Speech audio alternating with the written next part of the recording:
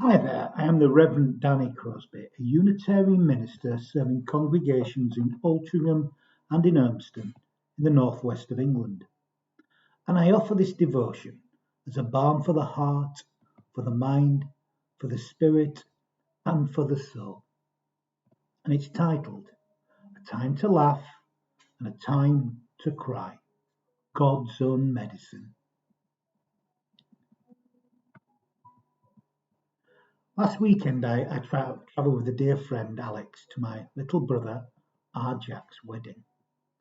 Alex had asked if she could come as my plus one, and I happily agreed. We had a wonderful weekend away together. She's moved to London this week, and I know we will miss each other massively.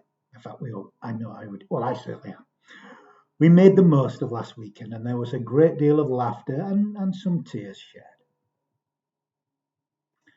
I have, over recent years, conducted and participated in several family funerals. It is my role, it seems, to hold folk through these painful and tear-filled rites of passage. This included two younger cousins only last year. And the last time I was up in North Yorkshire, where our Jack lives, it was to conduct his dad's funeral. Jack's dad was my stepdad growing up. He was a difficult man, to say the least, and he had many children. Jack, in fact, is the same age as his eldest daughter's granddaughter. So yeah, quite a lot, and a lot in between. And to say I had a difficult time growing up with him is an understatement of all understatements, really. But that was then, not now. All of we siblings were deeply affected by our formative years, not in positive ways. And following his funeral, which I conducted, I went through a very difficult personal time, and it certainly contributed to my marriage failure. It wasn't the only reason, but it certainly contributed. It took me a long time to come to terms with the complex emotions that followed his death. Many of the things I'd come to terms with during his life, but grief always brings more to the surface. The last few years, as I have continued with my life, has been a time of great healing. Last weekend proved this to me. It proved how much healing has occurred in recent years. Last weekend was a time of great joy, filled with humour and so much laughter, actually, so much. And the journey home with Alex, in which we stopped several times visiting little Yorkshire villages, may well have been one of the most joyful, fun, and laughter filled few hours of my life. It will live with me in my heart for years to come. There were many amusing moments throughout the wedding. One of the bride's party actually thought I was Jack's dad, which was hilarious. When he discovered I was actually conducting the service, he almost died of utter shock. He did not expect that to be me. I was not what he expected. The service was humour filled too, and our Jack burst into laughter at the line I asked him to repeat at the ring blessing: "With my body I honour you." The service was beautifully received by all, and I feel that it was a ritual that has brought so much healing to so many people. It certainly has to me. The speeches were a mixed bag. Our Jack's was fantastic, the others, well, not so much. What was amusing was the constant running commentary of our Jack's dad's oldest friend, Dougie, who was not too pleased with the father of the bride, and he went on about it for hours and hours. But we all shared a wonderful few hours together. I think the most amusing ongoing conversation was attempting, of course, to explain how and why we who were there are all related it to people who are not related to us, shall we say. My sister, one of my sisters, my half sister actually, topped it off with a diagram that she drew for her partner in a vain attempt to explain who we all are and how we are all connected. She missed a lot out actually, and it was a futile effort, but it brought a great deal of joy and laughter in the end. It was beautifully connective actually. The weekend felt like one of joy and of healing. Yes, there were tears, and I know for many folk there is more healing needed actually. But I felt in myself it was a rite of passage that proved to me that I have healed from so much of my own pain and trauma. And there are memories that will stay with me all of my life. It proved to me once more that there is always a time to laugh as well as a time to cry. Brings to mind those wonderful words from Ecclesiastes 3.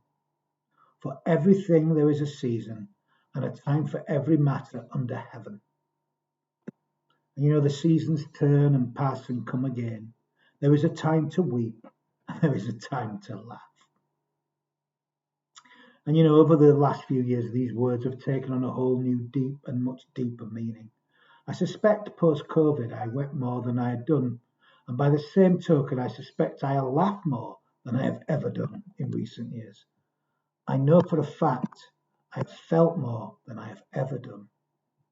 And now I've never felt more alive. I live with an undefended heart. And I've seen the truth that this is truly the only way to live. I feel every breath. I don't turn away. And I don't think I've ever felt the presence of God more deeply in the core of my being than I do right now. This beautiful sense of calm, that still, small voice at the core of my being, that love that passeth all understanding. I felt this powerfully last weekend and these last few days since, actually, as it's just settled into my being. Yeah, there's tears, but there's so much joy, and there's been deep laughter too. I've not always been the kind of man who was easily moved to tears, at least publicly anyway. Not always in my adult life. There have been seasons in my life when there were few, if any, tears at all. Those times when life never touched me at all. And I can hardly remember those seasons, sadly. Sometimes trying to remember those soulless days can bring tears to my eyes today. Although I've noticed as I've opened up more and more in life, those memories come back. Even in those lost dark days, the memories were there. My mind took it being the thing, so they come alive as my nervous system, if you like, continues to heal, and my mind and my heart and my soul, most importantly, continue to heal as I live in this world, alive, awake.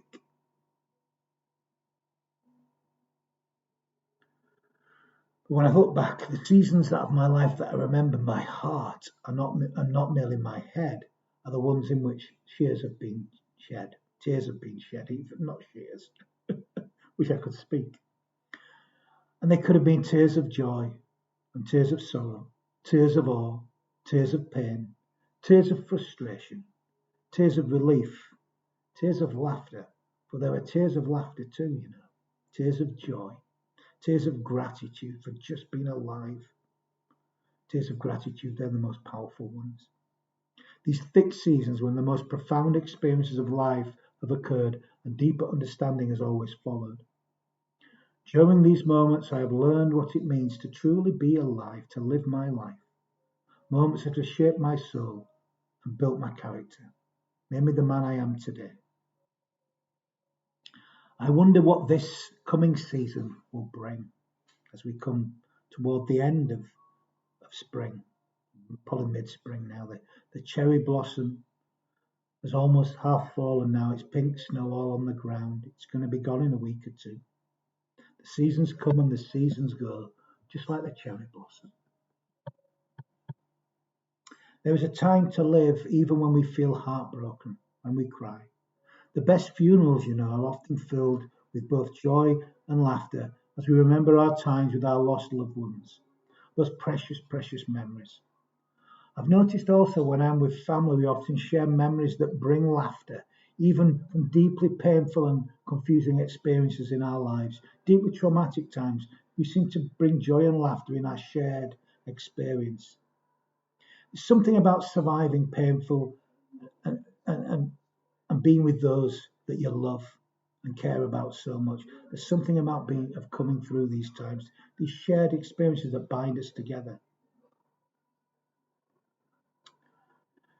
You see, just like sadness and tears, laughter is a communal experience. Just as we bind together in our tears and our suffering, we are also bound together in our joy and our laughter. When people laugh together, there is nothing more beautiful. And laughter is as infectious as sorrow and tears too. I'm not talking about the kind of laughter and humour that is simply mocking others, especially the weaker in society. I'm not sure that's humour really anyway. It certainly isn't inspired by joy. It's more cynical, isn't it? None of us are immune from cynicism at times, but it's a lazy thing. It's a coward's way, cynicism. It's harder to be joyful, to experience love, to share that with others. See, spiritual freedom brings with it the ability to laugh and not take yourself too seriously. But it's not about picking at other people's perceived faults and inadequacies. This does not bring people together.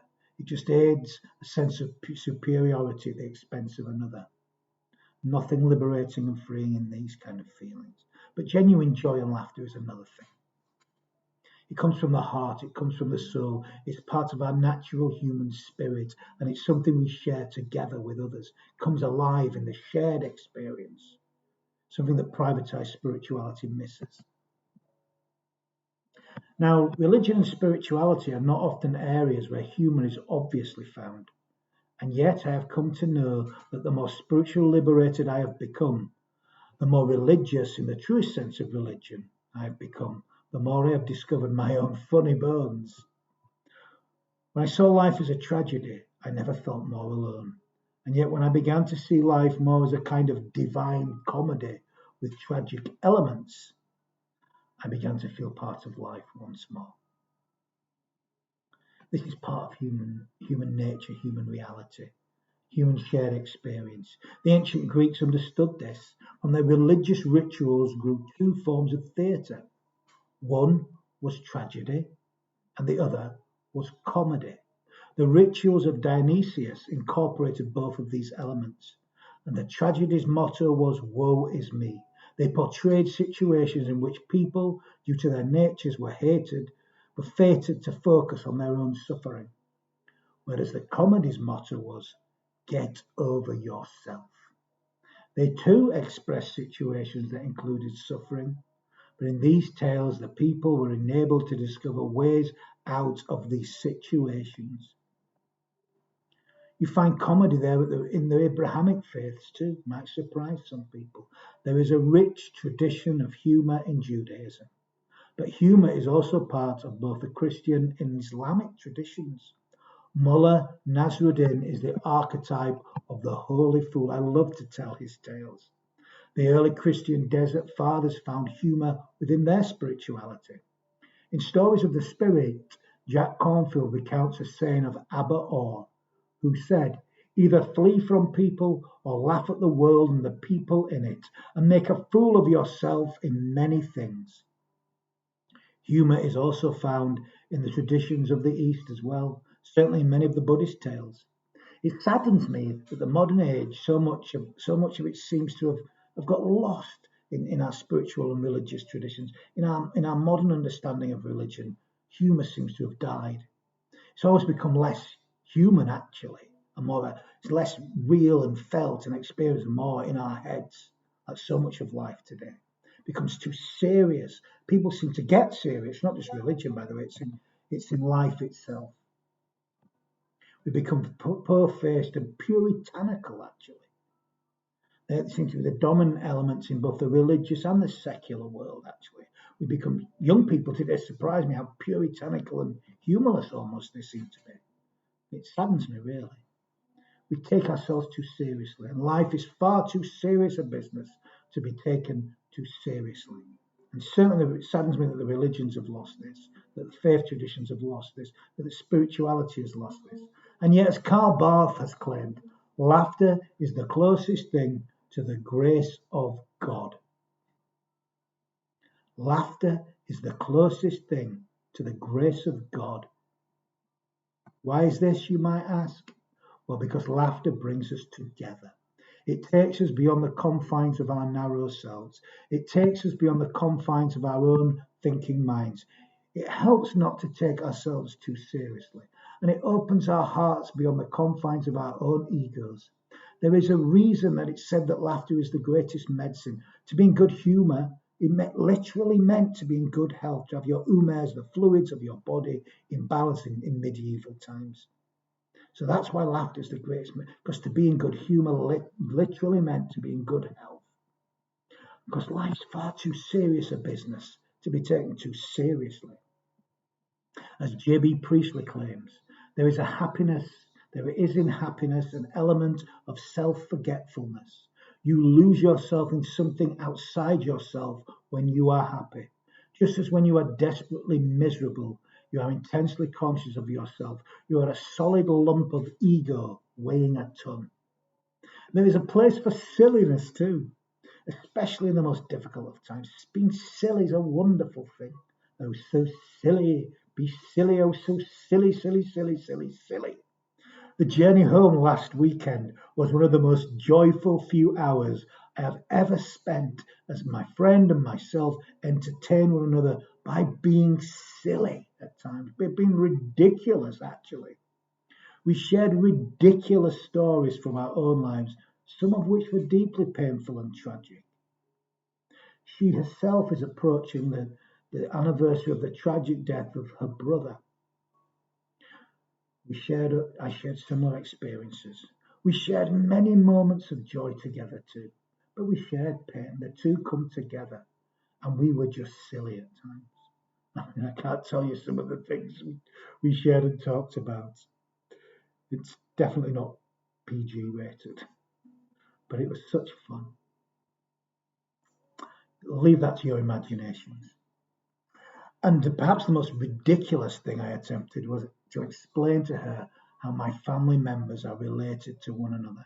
It was a futile effort, but it filled us with much joy and laughter. A beautiful few hours of loving connection and memories that will stay with me forever. We made laughter memories with one another, and the laughter will bind us together in magical and wonderful ways.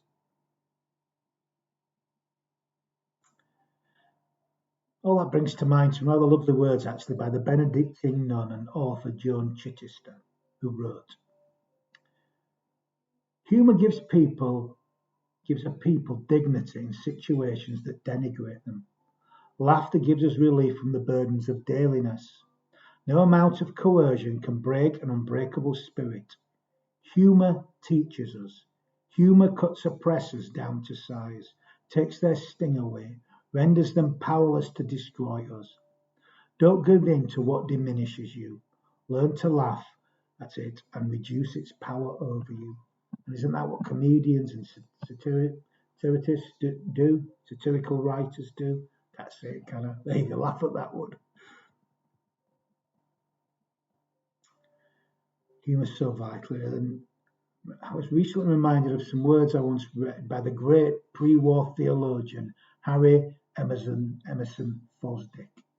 Great figure in America in the 1930s, more liberally minded, really, who wrote, "Happiness at its deepest and best is not the portion of a cushioned life which never struggled, or hardships are adventured in sacrifice for costly aims. A heart of joy is never found in luxuriously coddled lives, but in men and women who achieve and dare, who have tried their powers against antagonisms, who have met even sickness and bereavement, and have tempered their souls with fire." That's where the joy and the laughter and the ridiculousness comes alive, as it did on that journey home last Sunday. What a beautiful journey. Will stay with me all my life. You see, an undefended heart is one that both gives and receives laughter. The journey home together proved this to me once more. Laughter memories that will stay with me forever. We both felt the love divine within us, alive within us and all around us. And we had a lot of fun.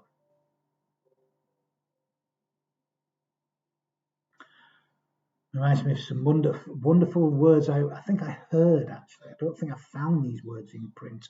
I heard them on a recording of John O'Donoghue, so I've kind of written the transcript of it. Can't remember where I found it first, actually.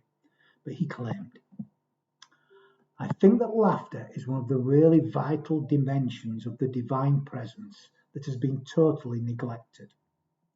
I often feel when the Divine One beholds us obsessed in our intricate maze of anxiety and planning and intentionality, that she can't stop laughing. It's great for people actually to laugh too. I love a sense of humour in a person.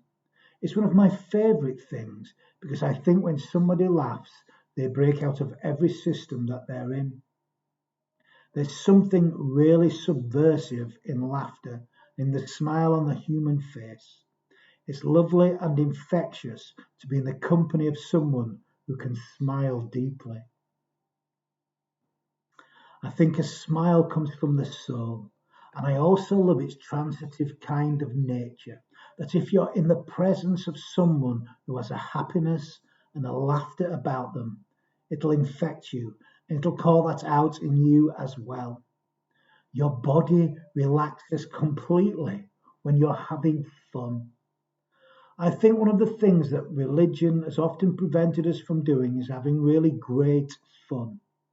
To be here in a way, despite the sadness and difficulty and awkwardness of individual identity, is to be permanently invited to the festival of great laughter. Come and join in the festival. Come and eat at the feast. It's awaiting all of us. Come and join in despite the pain and the suffering and the tragedy. Come and join in the joy of living in all its mystery. I think John captures it perfectly, doesn't he? God rest his soul.